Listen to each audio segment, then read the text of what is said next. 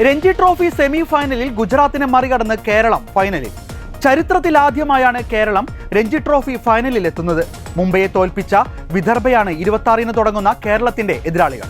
2 റൺസിനിടെ ഒന്നാം innings lead നേടിയ കേരളം രണ്ടാം ഇന്നിംഗ്സിൽ 4 വിക്കറ്റ് നഷ്ടത്തിൽ 114 റൺസ് എടുത്തു നിൽക്കെ ഗുജറാത്ത് സമനിലയ്ക്ക് സമ്മതിക്കുകയായിരുന്നു. ജലജ് സക്സേനയും അരങ്ങേറ്റക്കാരൻ അഹമ്മദ് ഇമ്രാനും രണ്ടാം ഇന്നിംഗ്സിൽ കേരളത്തിനായി പുറത്താകാതെ നിന്നു.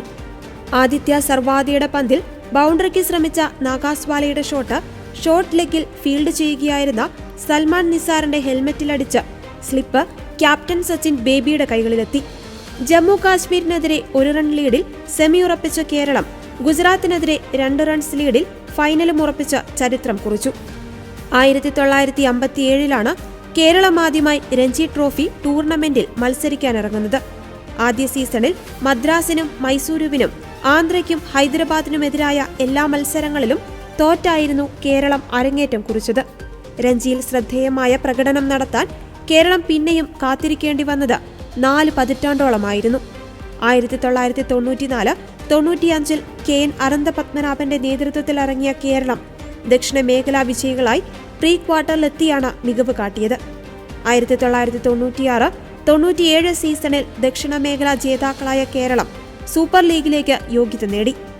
2002-2003 പ്ലേറ്റ് ലീഗ് ഫൈനലിലെത്തിയ കേരളം 2007-2008 സീസണിൽ പ്ലേറ്റ് ലീഗ് സെമി ഫൈനലിലെത്തി.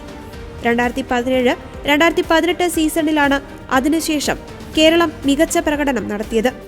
ഗ്രൂപ്പ് ബിയിൽ രണ്ടാമതെത്തിയ കേരളം ആദ്യമായി രഞ്ജി ക്വാർട്ടറിലെത്തി. 2018-2019 സീസണിൽ ആദ്യമായി രഞ്ജി സെമിയിലെത്തിയ കേരളം ദേശീയ തലത്തിലും ശ്രദ്ധേയരായി.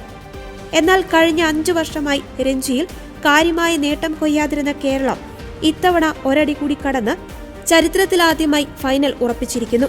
ക്വാർട്ടർ ഫൈനലിൽ 10ാം വിക്കറ്റിൽ റെക്കോർഡ് കൂട്ടുകെട്ടുമായി സൽമാൻ നിസാറും ബേസിൽ തമ്പിയും ചേർന്ന് നടത്തിയ പോരാട്ടമാണ് ജമ്മു കാശ്മീരിനെതിരെ 1 റൺസിന്റെ നിർണായക ഒന്നാം ഇന്നിംഗ്സ് ലീഡുമായി കേരളത്തിന് സെമി ബർത്ത് ഉറപ്പിച്ചത്.